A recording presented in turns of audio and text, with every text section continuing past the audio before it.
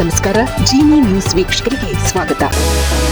ಹಾಲು ಮಹಾಮಂಡಲದ ಅಧ್ಯಕ್ಷ ಸ್ಥಾನದ ಚುನಾವಣೆ ಸಮೀಪಿಸುತ್ತಿದ್ದು, ಮುಖ್ಯಮಂತ್ರಿ ಸಿದ್ದರಾಮಯ್ಯ ಮತ್ತು ಉಪಮುಖ್ಯಮಂತ್ರಿ ಡಿಕೆ ಶಿವಕುಮಾರ್ ಬೆಂಬಲಿಗರ ನಡುವೆ ಪೈಪೋಟಿ ಜೋರಾಗಿದೆ. ಹಾಲು ಮಹಾಮಂಡಲದ ಅಧ್ಯಕ್ಷ ಸ್ಥಾನಕ್ಕೆ ಕಾಂಗ್ರೆಸ್ನ ಮೂವರ ನಡುವೆ ತ್ರಿಕೋನ ಸ್ಪರ್ಧೆ ಏರ್ಪಟ್ಟಿದೆ. ಬೆಂಗಳೂರು ಹಾಲು ಒಕ್ಕೂಟದ ಅಧ್ಯಕ್ಷ ಡಿಕೆ ಸುರೇಶ್, ಬಳ್ಳಾರಿ, ಕೊಪ್ಪಳ, ರಾಯಚೂರು ಒಕ್ಕೂಟದ ಅಧ್ಯಕ್ಷ ಹಾಗೂ ಕೊಪ್ಪಳ ಶಾಸಕ ರಾಘವೇಂದ್ರ ಹಿಟ್ನಾಳ, ಕೋಲಾರ ಹಾಲು ಒಕ್ಕೂಟದ ಅಧ್ಯಕ್ಷ ಮಾಲೂರು ಶಾಸಕ ಕೆವೈ ನಂಜೇಗೌಡ ಅವರು ಪ್ರಮುಖ ಆಕಾಂಕ್ಷಿಗಳಾಗಿದ್ದಾರೆ. ಹಿಂದಿನ ಅವಧಿಯಲ್ಲಿ ನಿಮ್ಮ ಬೆಂಬಲಿಗರಿಗೆ ಅವಕಾಶ ಮಾಡಿಕೊಟ್ಟಿದ್ದರಿಂದ ಈ ಅವಧಿಗೆ ನಮ್ಮ ಕಡೆಯವರಿಗೆ ಅಧ್ಯಕ್ಷ ಸ್ಥಾನ ಬಿಟ್ಟುಕೊಡಿ ಎಂದು ಉಪಮುಖ್ಯಮಂತ್ರಿ ಡಿಕೆ ಶಿವಕುಮಾರ್ ಅವರು ಮುಖ್ಯಮಂತ್ರಿ ಸಿದ್ದರಾಮಯ್ಯ ಅವರ ಮೇಲೆ ಒತ್ತಡ ತಂದಿದ್ದಾರೆ ಎಂದು ವರದಿಯಾಗಿದೆ. ಲೋಕಸಭಾ ಚುನಾವಣೆಯಲ್ಲಿ ಸೋತಿರುವ ಸಹೋದರ ಡಿಕೆ ಸುರೇಶ್ ಅವರಿಗೆ ಕೆಎಂಎಫ್ ಚುಕ್ಕಾಣಿ ಕೊಡಿಸುವ ಇರಾದೆ ಡಿಕೆಶಿ ಅವರದ್ದಾಗಿದೆ. ಆದರೆ ಸಿದ್ದರಾಮಯ್ಯ ಅವರು ತಮ್ಮ ಆಪ್ತ ರಾಘವೇಂದ್ರ ಹಿಟ್ನಾಳ ಪರ ಗಟ್ಟಿಯಾಗಿ ನಿಂತಿದ್ದಾರೆ.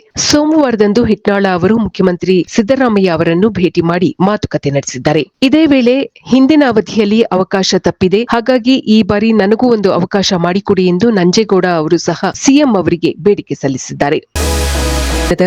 ನಿರಂತರ ಸುದ್ದಿಗಳಿಗಾಗಿ ವೀಕ್ಷಿಸುತ್ತಿರಿ ಜಿನಿ ನ್ಯೂಸ್. ನಮಸ್ಕಾರ.